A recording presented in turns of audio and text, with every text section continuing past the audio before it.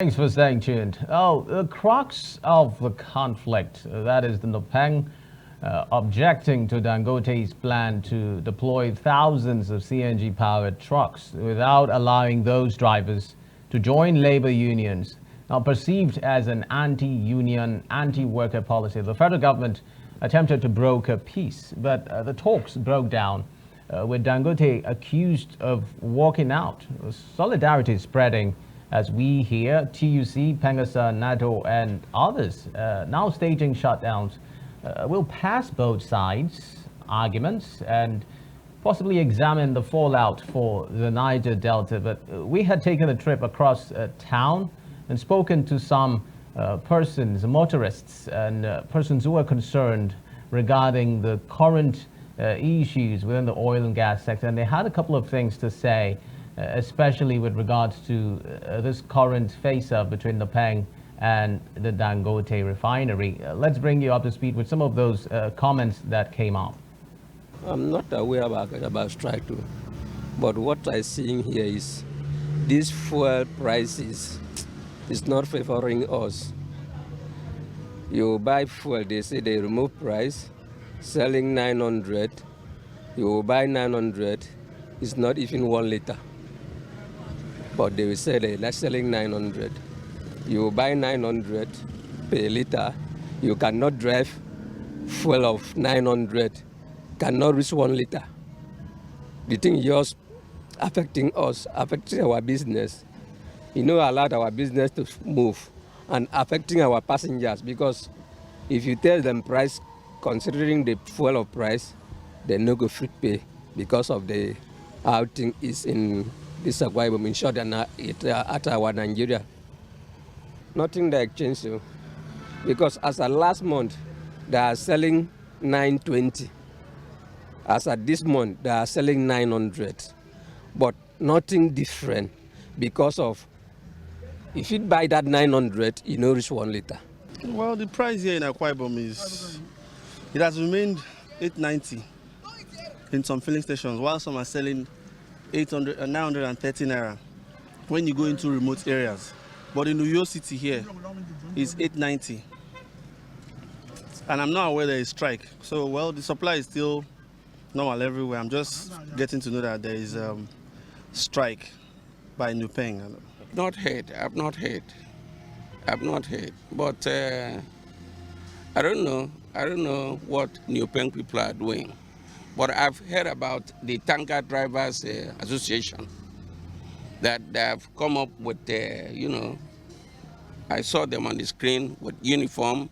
They say they have, they want to, stabilize their wages so that they can take fuel to anywhere in Nigeria. Well, the concerns of the motorists are actually more about stabilizing the price of the product. They are saying they do not really know about the strike that is ongoing, but I mean, it hasn't really gone deep into the society yet for it to be felt enough and to trickle down to affecting commuters and persons who use the products. But we have joined us on the program the senior energy consultant and analyst, Dr. Wisdom Enang, who would bring us up to speed with some of the nitty-gritties and the details regarding this particular face-up between NUPENG and Dangote, and of course the peace that is trying to get brokered by the federal government. Dr. Enang, you're welcome on the program. Thank you for joining us. Thank you very much. It's good to have you, Dr. Enang. Thank you very much. Well, when you look at the entire scenarios, when we talk about NUPENG and Dangote, you have knowledge regarding what the issue is currently. NUPENG is saying that Dangote is trying to stifle persons who would want to be part of the NUPENG union. Could you bring us up to speed with the politics that is going on or playing out here? What is truly the issues that are at the front burner? All right, thank you very much. As a practitioner in the oil and gas sector, I can tell you for free that, the objectives of all the critical stakeholders when it comes to, manpower and labor is usually very conflicting. The capitalists, for example, and I'm telling you a classical situation in the oil and gas sector, the capitalists would always be more interested in making profits. The capitalist is, not wanting to be tied down to paying certain sort of entitlements from an HR standpoint. And the capitalist, of course, is looking at a way where there can be no disruption of business. And then of course, the human resource that's actually working is looking at the best deal they can get and the best protection for, their employment. And then the union, of course, are looking at protecting the people that are working, and also making sure that their dues are, remitted as a when appropriate, and of course that ultimately their relevance are not eroded. And so when you look at all of these three key factors, and then the government are more interested in making sure that business continues and they can get revenue. When you look at all of these, that from time immemorial, that it has always been the best for capitalists or investors to run to businesses where they can typically find these manner in which they do not have to, get people to join union. And before I get into the Dangote case, I'm going to give you a classical example that's still existing today. Now, the Nigerian law, for example, would say if you're in a role for more than 6 months, it therefore means that role is, has some sort of permanent outlook on it, and then that you should be looked at as a permanent staff or being staffed permanently. But till today, 95% of companies operating in the oil and gas sector will simply give you a contract and then terminate that contract every 3 months and allow you to reapply, and then they issue the contract to you. So it would look as though you have only been there 3 months, even though you can remain there for 22 years plus. I mean, I've seen that case. I've seen someone be there 30 years in the same cycle. So what I'm trying to tell you is that it's been a normal practice. Now, why do scams do this? They do this, as I said, to really avoid business disruption. Because imagine if 100% of the staff are under union.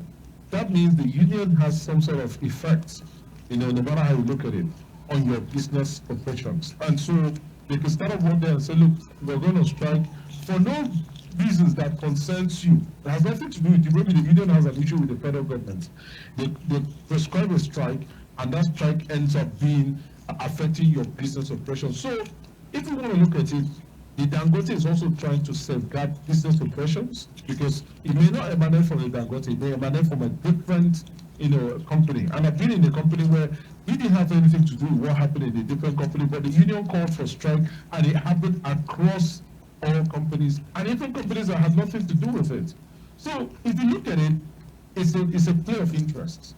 The Dangote says, I'm trying to avoid the issue of having external interference in my business, and the services I want to provide, which of course translates into money at times. I also do not want a situation where, we're having that sort of encumbrance, or we're having some sort of, the bureaucracy that comes with unionism. But at the same time, in all fairness, he has set up, a sort of driver welfare association on the side to deal with the welfare of each of the drivers. So I think the issue now is about the struggle of power and struggle of relevance, and it's left to see how the groups are concerned, because the union, of course, are looking at how do we protect these people, how do we make sure you do not set up something parallel that is rivaling our interest and our relevance, and how do we make sure that ultimately we do not have a precedence that other people can then copy and going forward continue to weather down the effects of the union in Nigeria. All right, Dr. Wisdom, with what is playing out, would you say that this fight is actually about the interests of the people, because with this back and forth, or actually about control? No, I think there are some genuine interests for the people in here, because, like I said, from where I stand, under which of the categories are you going to put a situation where an employer has nothing to do with a union issue, maybe a different person has something to do with union, and union says that they're going to go on a strike, unilaterally, or maybe they have an issue with government. So on that basis, we can see that Dangote trying to safeguard business operations and also trying to make sure that essential services that has to do with the supply of energy to households, to industrial sectors, that is being protected. But at the same time, it is okay. Then if we're doing that, how should we carry the unions along? Remembering the fact that the worlds apart, this sector is very much unionized. And even if you go to the US, there are unions there. Although there are employers that try to bring in contracts that do not allow you to join unions, but there's still unions there. So it's all about bringing your intent, but also making sure that you definitely do not totally boycott the existing structures that already subsist in the country. And of course, this whole thing should be driven predominantly by the Ministry for Labour.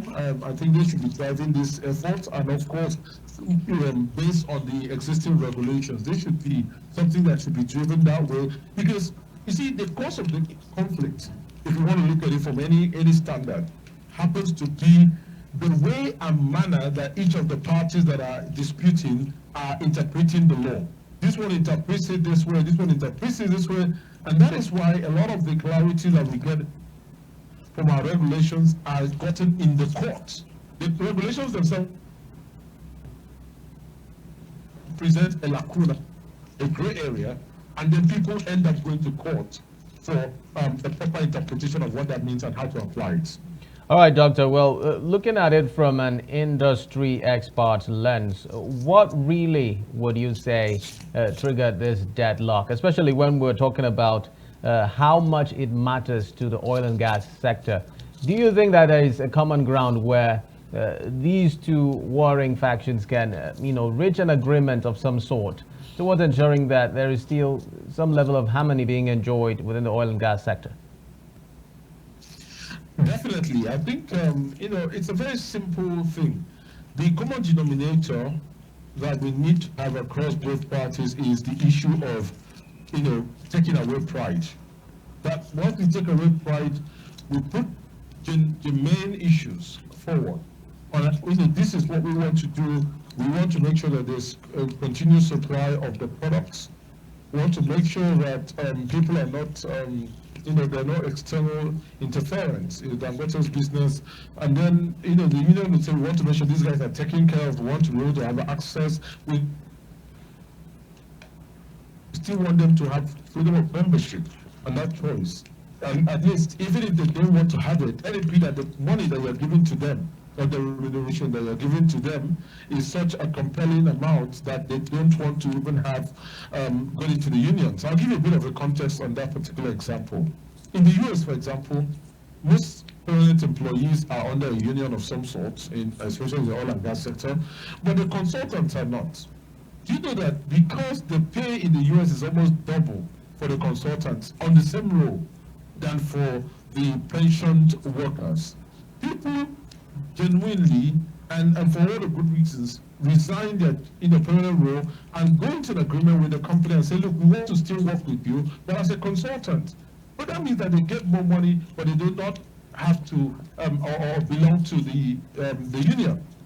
So that being said, it means that there are some commercially sweetened terms of employment that could even mean that these drivers are even like, look, we don't want the union, we're okay. What they're offering us is even better.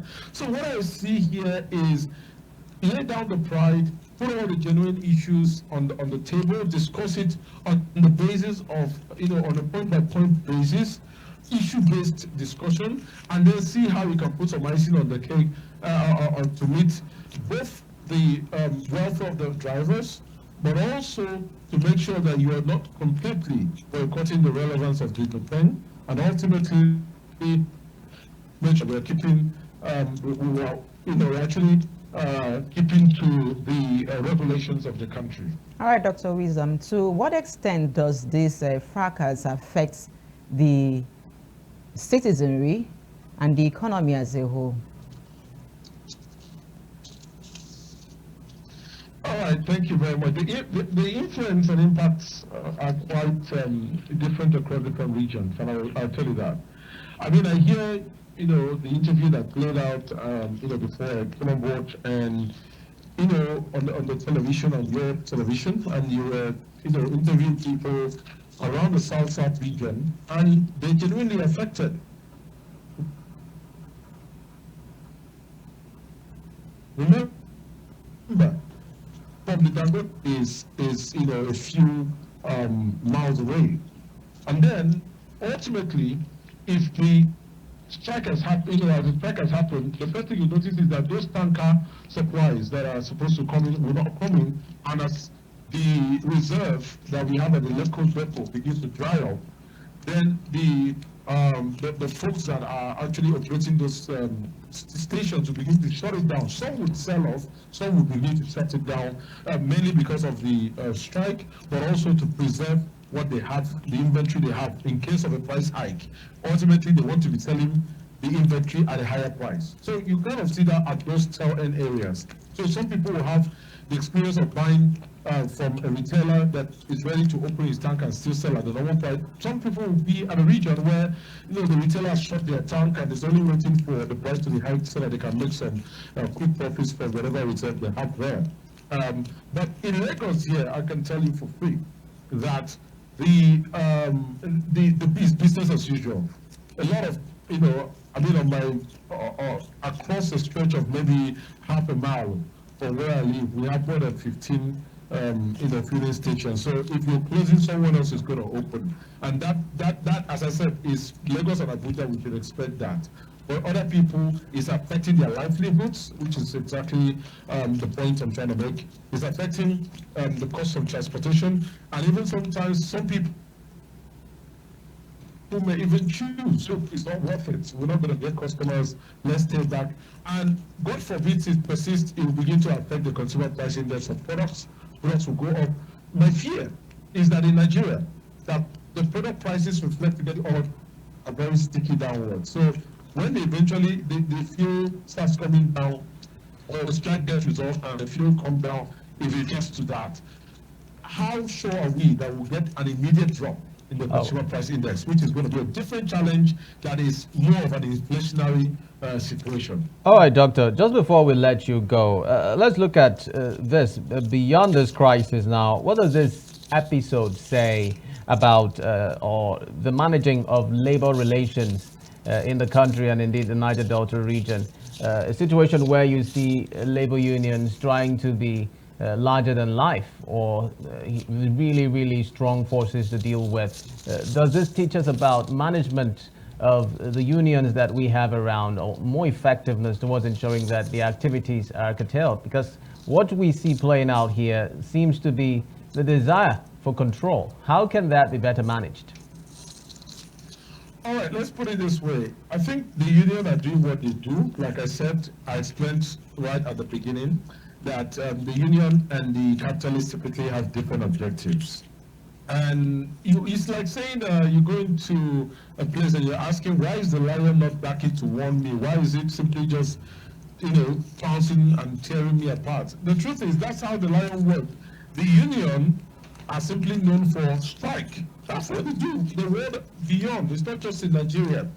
But where all of this is, I think where we have a very common ground for resolution is we need to look at the clarity of our regulatory framework. No way I can discuss this without talking about that. I'll give you a bit of context. I talked about how for decades, for more than 60-something years now, employers of labor in the oil and gas simply give you a contract and keep renewing that contract every 3 months. And leaving you're working on a roll, you're getting less than maybe 30% of what you're supposed to be getting, just because there's no other employment option, and then someone is,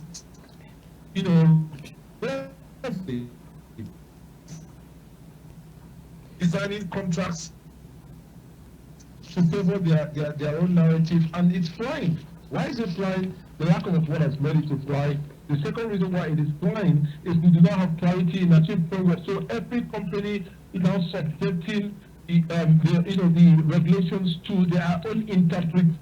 pension, they All have a right. legal department. They ask the legal department, what should we do? The unions also have a legal department. So everyone is given, in the worst case scenario, it eventually gets to court for the judge all the way to the Supreme Court to give an interpretation. If we have the regulators work and create clarity, All right.